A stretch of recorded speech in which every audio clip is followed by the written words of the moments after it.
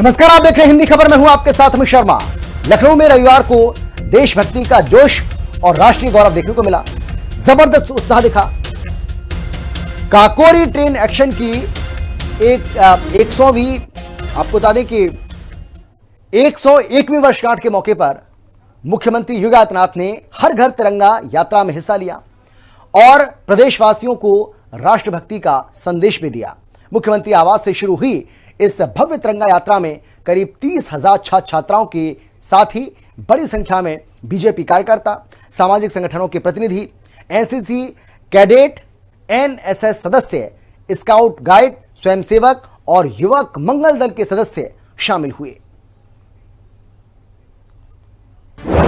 शहीदों के सम्मान में सड़कों पर उतरे सीएम योगी।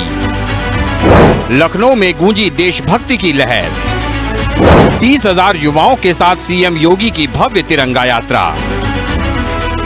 तिरंगा हाथों में लेकर निकले हजारों युवाओं ने पूरे लखनऊ को देशभक्ति के रंग में रंग दिया।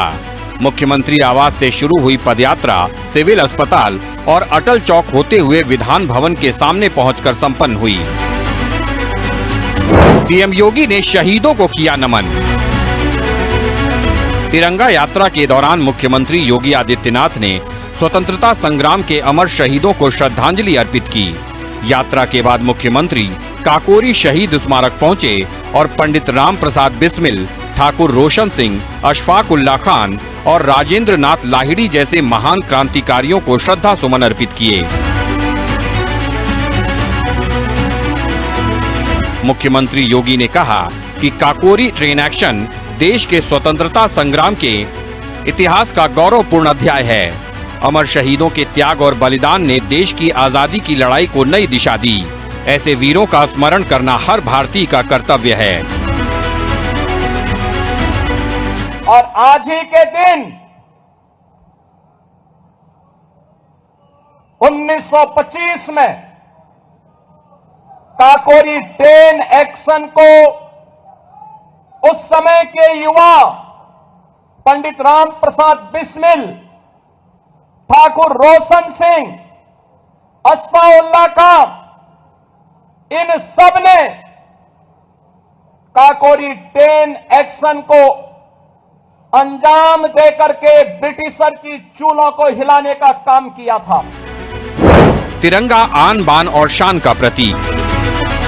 तिरंगा यात्रा को संबोधित करते हुए मुख्यमंत्री योगी आदित्यनाथ ने कहा कि राष्ट्रीय ध्वज केवल कपड़े का एक टुकड़ा नहीं बल्कि भारत की आन बान और शान का प्रतीक है। तिरंगा देश की एकता, अखंडता, गौरव, विकास और समृद्ध विरासत का प्रतिनिधित्व करता है। उन्होंने कहा कि जब तिरंगा आसमान में लहराता है तो प्रत्येक भारतीय का सिर गर्व से ऊंचा हो जाता है। देश की सीमाओं पर सैनिक इसी तिरंगे की आन और शान की रक्षा के लिए अपना सर्वोच्च बलिदान देते हैं। उन्होंने कहा कि हर देशवासी को राष्ट्रगान और राष्ट्रगीत को सम्मान देना होगा। अब ये नहीं चल सकता कि रहेंगे भारत में, लेकिन भारत के प्रतीकों को, भारत के महापुरुषों को, भारत के राष्ट्रगान और राष्ट्रगीत को अपमानित करेंगे। यह वर्ष हमारे लिए महत्वपूर्ण है। राष्ट्रगीत वंदे मातरम के 150 वर्ष पूर्ण होने के उपलक्ष्य में पूरे देश के अंदर वंदे मातरम का गान हो रहा है। वंदे मातरम का अपमान मंजूर नहीं। मुख्यमंत्री योगी ने राष्ट्रगान और राष्ट्रगीत के सम्मान को राष्ट्रीय कर्तव्य बताते हुए कहा कि राष्ट्रगान हो या राष्ट्रगीत वंदे मातरम, इसका अपमान स्वीकार नहीं किया जा सकता। उन्होंने कहा कि भारत में रहकर देश के राष्ट्रीय प्रतीकों, महापुरुषों और राष्ट्रगान, राष्ट्रगीत का अपमान किसी भी स्थिति में मंजूर नहीं होना चाहिए। सीएम योगी ने कहा कि प्रधानमंत्री नरेंद्र मोदी के नेतृत्व में देश के राष्ट्रीय प्रतीकों के सम्मान को सर्वोच्च प्राथमिकता दी गई है। उन्होंने कहा कि राष्ट्रगीत वंदे मातरम के 150 वर्ष पूरे होने का ये अवसर देश भर में राष्ट्रीय चेतना और एकता को मजबूत करने का अवसर है।